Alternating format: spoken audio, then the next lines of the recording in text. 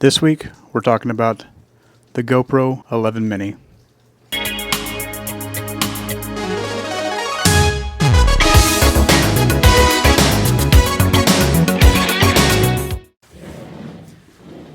What's going on, guys? Dusty B. Welcome back to the show. Greatly appreciate you guys swinging by, checking the channel out. This week, I was working on a cycling video, but I was trying to throw some telemetry overlay on the video, and unfortunately I was running into a bunch of software issues.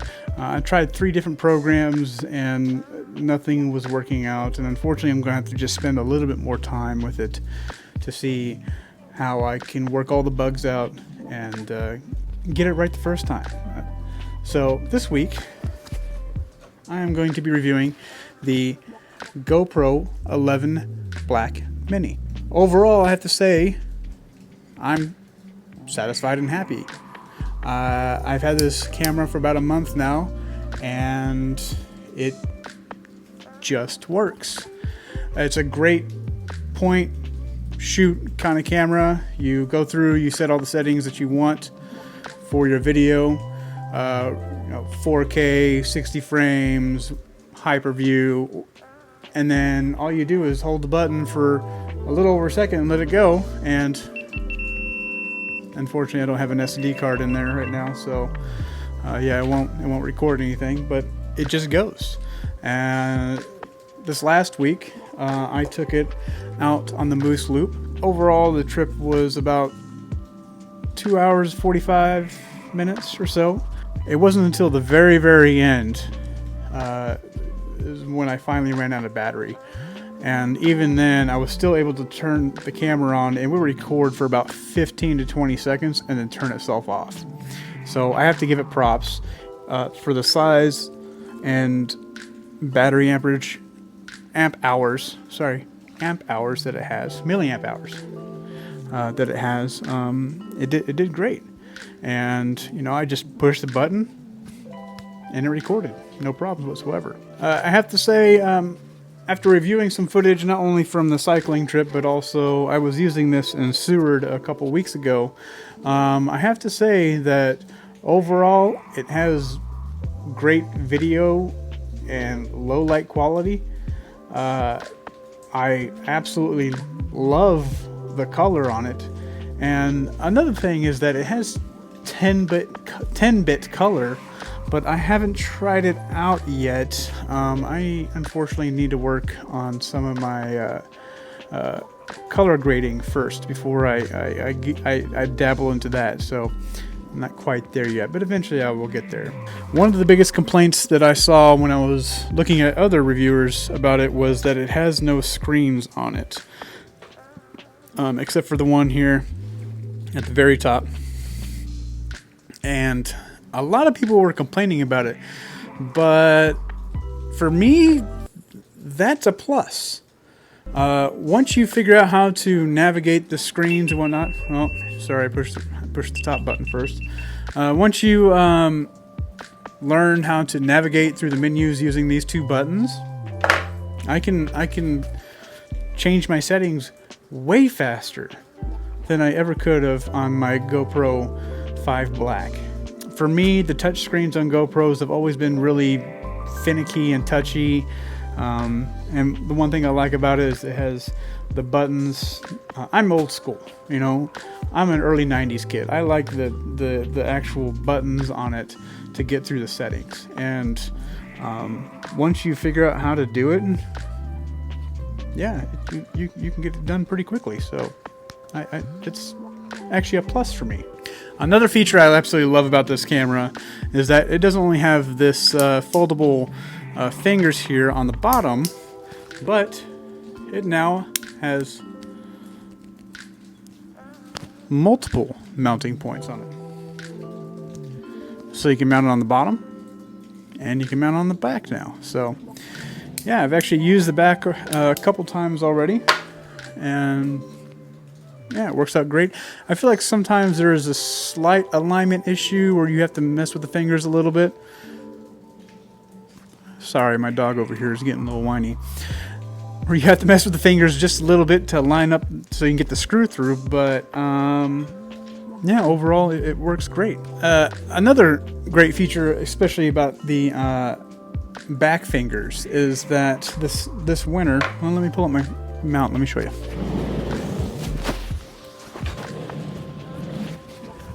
This winter, I was actually looking forward to using this shirt clamp here. Can I help you? I'm busy. Can I record my video and then I'll take you out in a minute? Go lay down. Go lay down.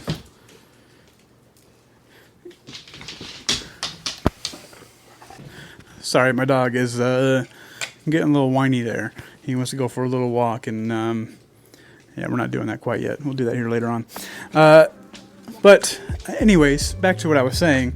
This mount here, I was hoping to be able to use it this winter when I was out, whenever I'm out about cycling, fat tire cycling. The good news is I'll be able to tuck this into my shirt a little bit and then use the back fingers, mount it here, and what I'm hoping will happen is that I'll have my jacket out just a little bit. Most of the time, this is actually the jacket I use during the wintertime when I'm out cycling, because I produce a lot of heat. I'm hoping that if I have it sitting here, my jacket, between my jacket and it being so close to my body, that my body heat will actually keep it warm so the battery doesn't die as fast. We'll see what happens, especially when it gets down to the zeros and negative degrees. Another feature that I love about this camera is that it has a removable lens. You just twist it off. It takes a little effort, and voila, there you go. Did a little research. This glass is supposedly it is hydrophobic, which means it's water resistant, and it is also using it's like Gorilla 2 glass or something like that, so it should be fairly durable. And another thing is that there are several different ND filter kits on Amazon available that is just a direct lens replacement. So you just twist this one off, put your ND filter, twist it on, it's good to go. So, and plus, if this cracks, I can replace it in about 13 seconds. Also, another thing I wanted to add as well is, after watching some other reviews, a lot of people were complaining that this didn't accept any external audio, even with the trying to remember, it's like the Pro audio adapter for the GoPro or something along those lines. I don't remember. But even with that, you were still not able to record external audio. But with the new 2.10 firmware update, you should now be able to use your external audio. I got on the GoPro website and looked around a little bit. It was kind of funky. You can use the adapter with a TRRS adapter, and then it had a list of compatible microphones. I don't know what that's all about. I could do a little bit more research, but yeah, I didn't do that quite yet. So now, enough with all the good stuff about the camera. I want to talk about some downsides I've had with this little beast, I would like to call it. Some of them are my experiences, and a few others I just feel like GoPro could have improved on. Since I've owned this camera, I've had 2 hiccups.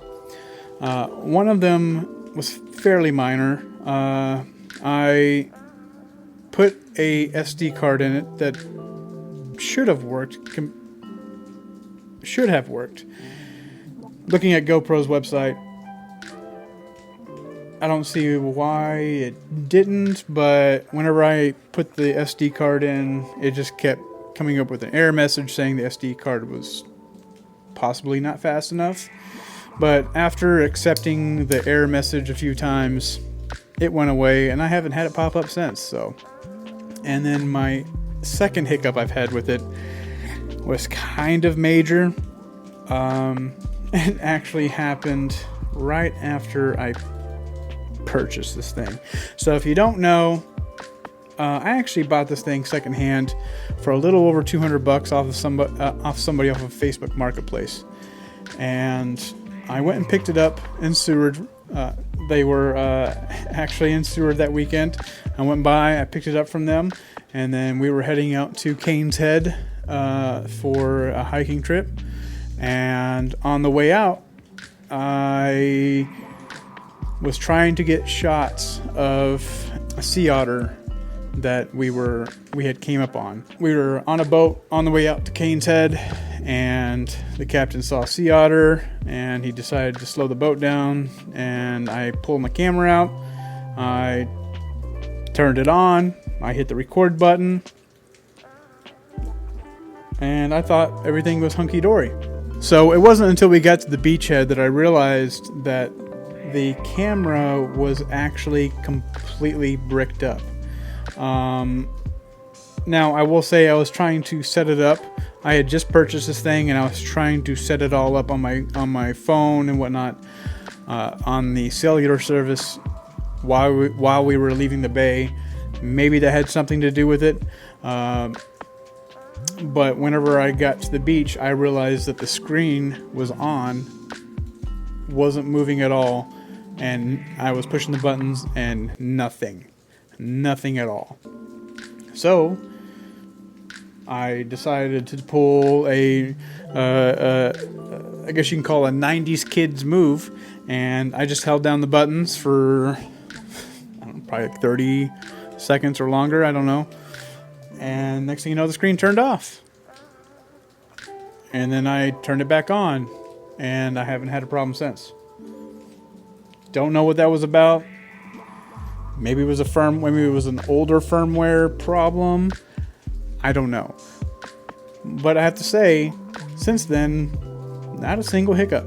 Nothing. Nada whatsoever. So, another complaint I have about this camera is that it only uses a 1500 milliamp hour battery, whereas the actual 11 black, the full size, has a 1720 milliamp hour battery.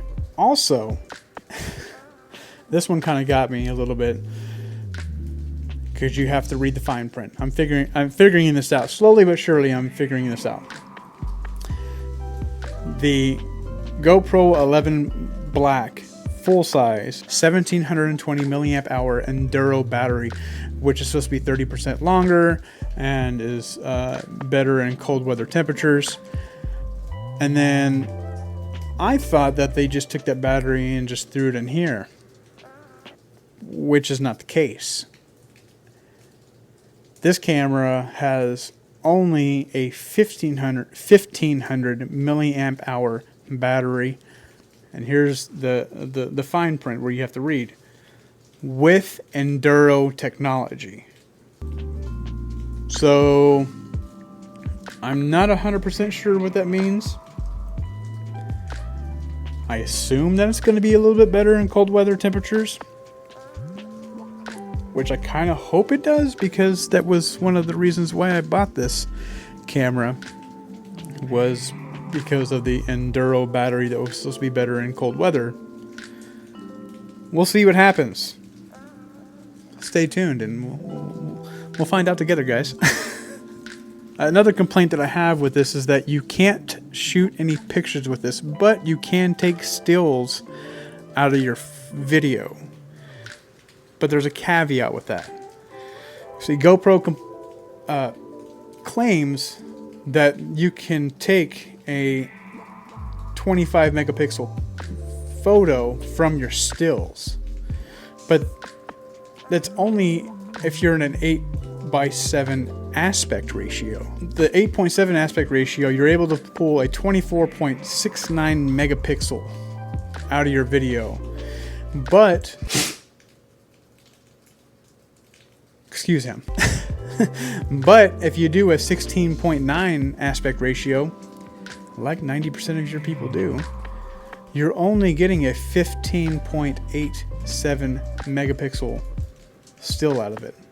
And another thing is that GoPro loved to advertise that it had not only the Hypersmooth 5.0, but it also had horizon lock, which is a great feature for videos like when you're flying an aircraft or a drone, or some cyclists like to have that type of view. It's not necessarily for me. I might try it out in the future, but my complaint with that is if you don't read into the fine print, then you don't know that that is only available in linear mode. And linear mode is the furthest in lens that is available on the GoPro, and it's kind of unfortunate. Now, if you buy the GoPro Max Lens mod, you can use horizon lock with the Max Lens mod installed on here. I tried it out a couple weeks ago and without a lens on there, and I think what it's doing is it's actually cropping it in, and the lens is actually what's causing the max viewpoint that you're trying to get. Unfortunately, it doesn't work unless you actually have the Max Lens mod. You can try to, but it doesn't turn out all that well. And my last complaint, and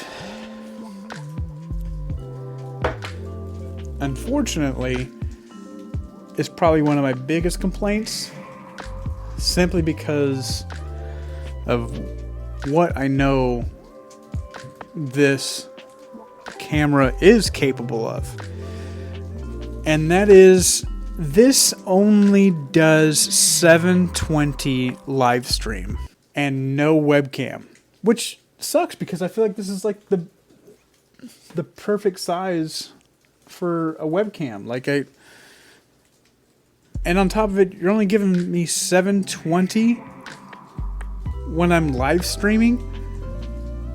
The GoPro Hero 9 would do 1080 live streaming, and on top of it, the 1080 in webcam view as well.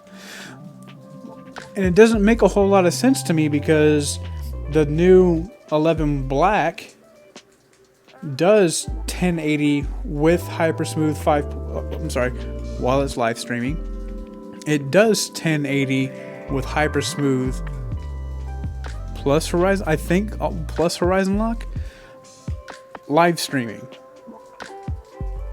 and this does only 720 crap.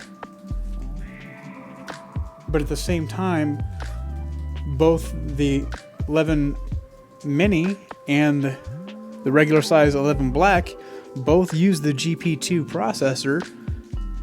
So I don't know what's going on there. I'm not sure if it's a software problem. I'm not sure if GoPro can eventually release that in a firmware update, but there should be no reason why this cannot do 1080p in live streaming, which I would love to do in the future, but it doesn't do it. So there you go, guys. That's it. That's my review of the 11 Black Mini, 1 month down, many more to come. We will see how she turns out here over the next 6 months to a year and much further down the road. I'm looking forward to seeing how my experience is with this. So, believe it or not, I know GoPro has not been putting out the best material lately, especially with everything else that's out in the market with the DJI Action 3 and the Insta360 X3 1-inch, all that fun stuff. But I'm not gonna lie, I'm kind of still in the corner with GoPro just a little bit, rooting for the underdog and hoping that in the next several products they'll be able to pull out something that just changes the market. They did it the first time with their Hero 1, 2, 3, and they set the standard, but I feel like after the Hero 3, GoPro started going downhill really fast. But I'm still rooting for them. So, anyways, guys, yeah, thanks for swinging by, hanging out with us today. I'm Dusty B. I'm out here just trying to live my best life, and hope you guys are too. Have a wonderful day.